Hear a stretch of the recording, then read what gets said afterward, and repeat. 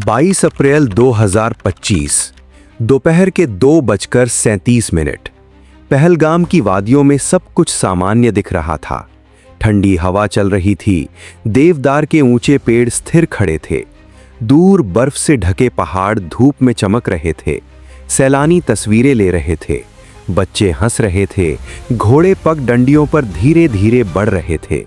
लेकिन कुछ ही मिनटों बाद यही जगह चीखों, गोलियों और खून की गंध से भरने वाली थी।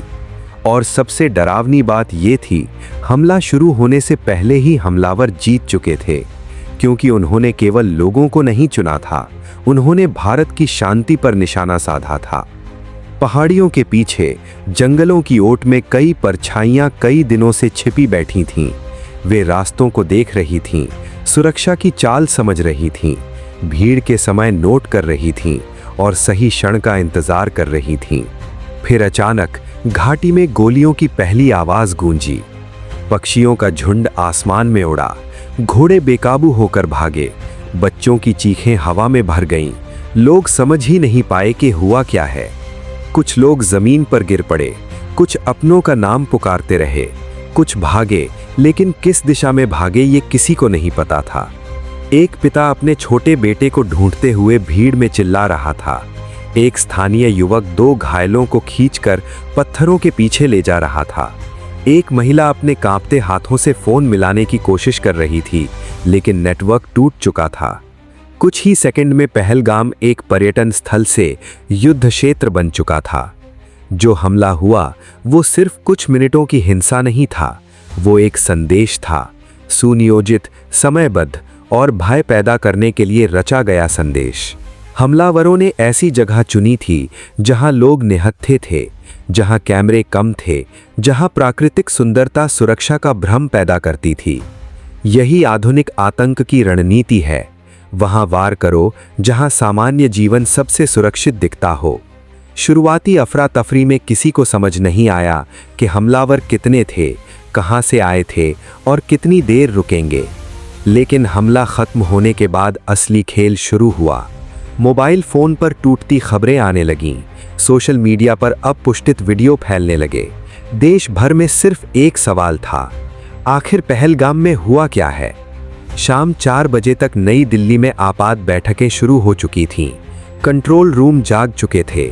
नक्शे खोले गए, सैटेलाइट चित्र मंगाए गए, कॉल रिकॉर्ड खंगाले जाने लगे, स्थानीय सूत्र सक्रिय किए गए।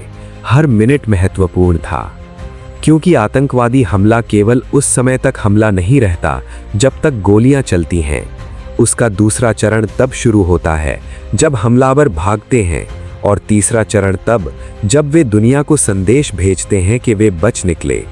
भारत जानता था, अगर जवाब धीमा हुआ तो कहानी केवल पहलगाम तक सीमित नहीं रहेगी। इसलिए रात होने से पहले ही जंगलों, घाटियों और पहाड़ी रास्तों पर घेरा कसना शुरू हो गया।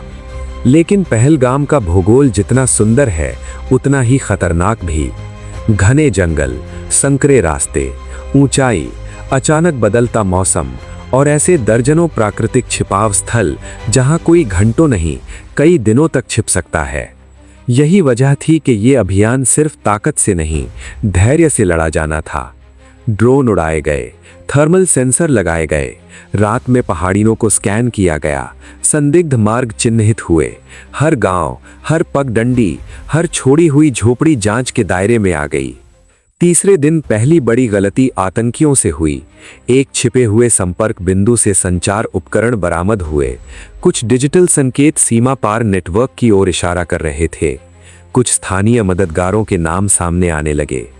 छोटे पैसों के लेन देन, अस्थायी सिम कार्ड, नकली पहचान पत्र और कई परतों में छिपी योजना। धीरे धीरे साफ हो गया, हमला केवल स्थानीय मॉड्यूल का काम नहीं था, ये एक श्रृंखला थी। भर्ती कहीं हुई, प्रशिक्षण कहीं हुआ, आदेश कहीं से आया और हमला कहीं और करवाया गया। यही आधुनिक आतंक है। ट्रिगर कोई दबाता है, उंगली किसी और की होती है। घाटी में अभियान अब और तेज हो चुका था। रात के अंधेरे में विशेष दल आगे बढ़ रहे थे। जंगल में इतनी खामोशी थी कि पत्ते की आवाज भी खतरा लग रही थी। कुछ संदिग्ध ठिकाने खाली मिले, बर्तन गर्म थे, राख ताज़ा थी मतलब साफ था, दुश्मन कुछ मिनट पहले ही वहां से निकला था। अब शिकारी और शिकार दोनों एक दूसरे को खोज रहे थे। ऐसे अभियानों में कई बार गोली नहीं, धैर्य जीतता है। घंटों इंतजार, बिना आवाज, बिना रोशनी, बिना गलती, क्योंकि एक गलत कदम घात में बदल सकता है। देश भर में गुस्सा बढ़ रहा था। टीवी स्टूडियो गर्म थे, सोशल मीडिया पर बदले की मांग तेज थी। लेकिन असली फैसले कैमरों के सामने नहीं, बंद कमरों में लिए जा रहे थे। नरेंद्र मोदी को लगातार अपडेट दिए जा रहे थे। वरिष्ठ सुरक्षा अधिकारी स्थिति पर नजर रखे हुए थे। सवाल केवल ये नहीं था कि हमलावर कौन थे, सवाल ये था उन्हें भेजा किसने, प्रशिक्षित किसने किया, रास्ता किसने दिया और संदेश किसके लिए था। क्योंकि आतंकवादी अक्सर चेहरा होते हैं, दिमाग नहीं। कुछ दिनों बाद पहली बड़ी मुठभेड़ हुई। घने जंगल में घेरा पड़ा, फिर अचानक गोलियां गूंज उठीं। जवाबी फायर शुरू हुआ, धुआं पेड़ों के बीच भर गया।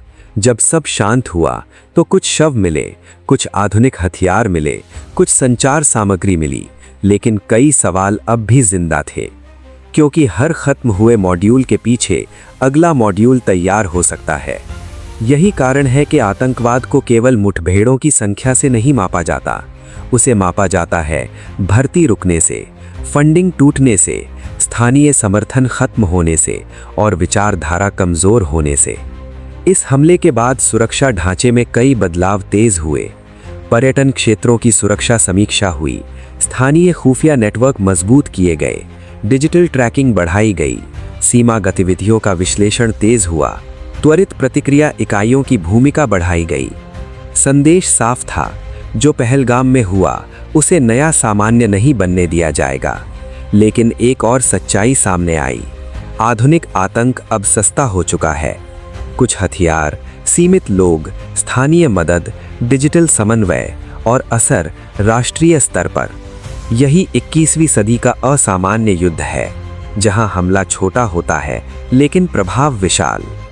आज जब पहलगाम की वादियों में फिर पर्यटक लौटते हैं, घोड़े फिर चलते हैं, दुकानों पर फिर रौनक दिखती है, तो बाहर से सब सामान्य लगता है।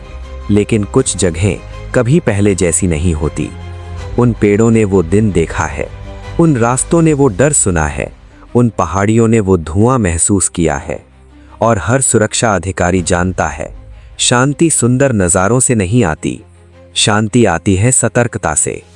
अगर आपको लगता है कि ऐसी सच्ची और गहरी कहानियां हर भारतीय तक पहुंचनी चाहिए, तो वीडियो को लाइक करें, चैनल को सब्सक्राइब करें। कमेंट में बताइए, आतंकवाद का सबसे बड़ा जवाब क्या है, सैन्य शक्ति या खुफिया तंत्र? इस वीडियो को शेयर ज़रूर करें, क्योंकि कभी-कभी एक शेयर सच्चाई को लाखों लोगों तक पहुंचा देता है।